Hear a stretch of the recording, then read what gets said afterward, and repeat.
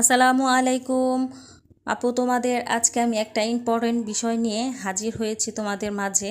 সেটা হচ্ছে আমরা কম বেশি ইলেকট্রিক চুলা সবাই ব্যবহার করে থাকি।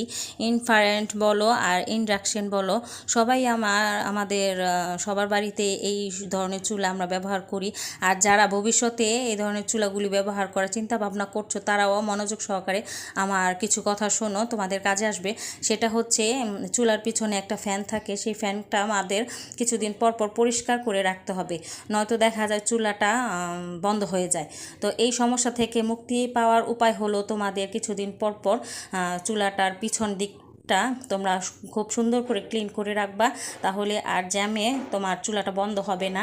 আর আমাদের ইলেকট্রিক মেকানিকের কাছে যেতে হবে না এই ছোটোখাটো বিষয়ের জন্য। তো সবারই এই বিষয়গুলি জানা দরকার। আসসালামু আলাইকুম, খুদা হাফেজ।